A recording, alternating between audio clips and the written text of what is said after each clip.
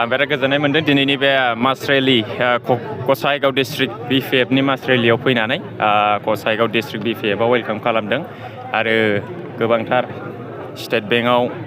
मावग्रा आरो गोबां इउपिपिएलनि कंग्रेसनि बिथांमोनाबो जइन जादों दिनै नैबे गसाइगावनि जोंनि बिपिएफनि मास रेलियाव आं बेखौनो फोरमायहरो दिनै प्रमद बर' सारनि अबस्थाया दा अमा बेगें गोदोनायाव थाबथानाय बायदि जाबाय आरोखि ना जादेरनो हायो ना बुंनो हायो ना रायलायनो हायो माने इउपिपिएलआ खुनु मोनसे एजेन्डा गैला रायजो राजानाव मा होननानै भट बिबावनो जेबो बिसिना एजेन्डा मथ' गैला प्रमद बर' सारहा 25 बोसोर बिटिसिनि चिफ जानायनि सिमां दंमोन आरोखि आं बेखौ इउपिपिएलनि नेताफोरनाव आबसुनि नेताफोरनाव सिरि सिरि सोंखोमानानै माने नायबिजिरनानै मिथिदों बिथाङा प्रमद बर' सारा 35 बोसोर बैसोआवनो सेन्ट्रेल एबसुनि प्रेसिडेन्ट जादों खायदा खायसि खालामनानै ओमफ्राय 10 बोसोर खुनुरुखम एखेबारे दिन्थिफ्लानानै नंखाय खोथा बुंनानै बियो बुरखायनानै आबसुखौ थगायनानै आबसुनि नेताफोरखौ बुरखायनानै बियो बड'फानि सिमां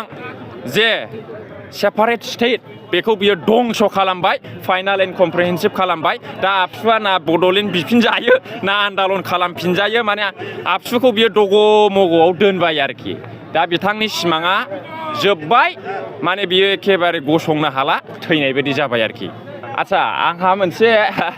पलिटिक्सनि सिमांसो दंखायो आङो माने कालसाराव बिदि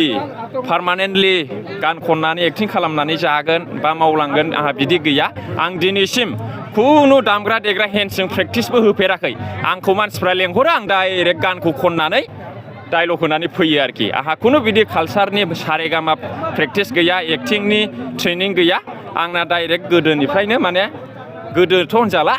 2015-16-13निफ्रायनो आंहा डाइरेक्ट पलिटिक्सआव जइन जानानै माने पार्टिखौ सापर्ट खालामनाय माने केम्पेइनाव ओंखारनाय माने पार्टिनि थाखाय जा हायो खामानि मावनाय गान खननायजों डायलग होनायजों पार्टिनि थाखाय माने बाथ्रा बुंनायजों आंहा बे आंनि सिमांखा दा आंखौहाय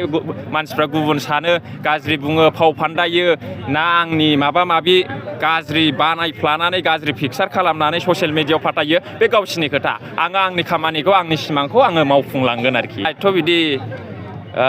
गिदिरबो सिमां गैया माने उनावहाय मा जायो बेखौ इसोरा मिथिसिगौ आरोखि थेंक इउ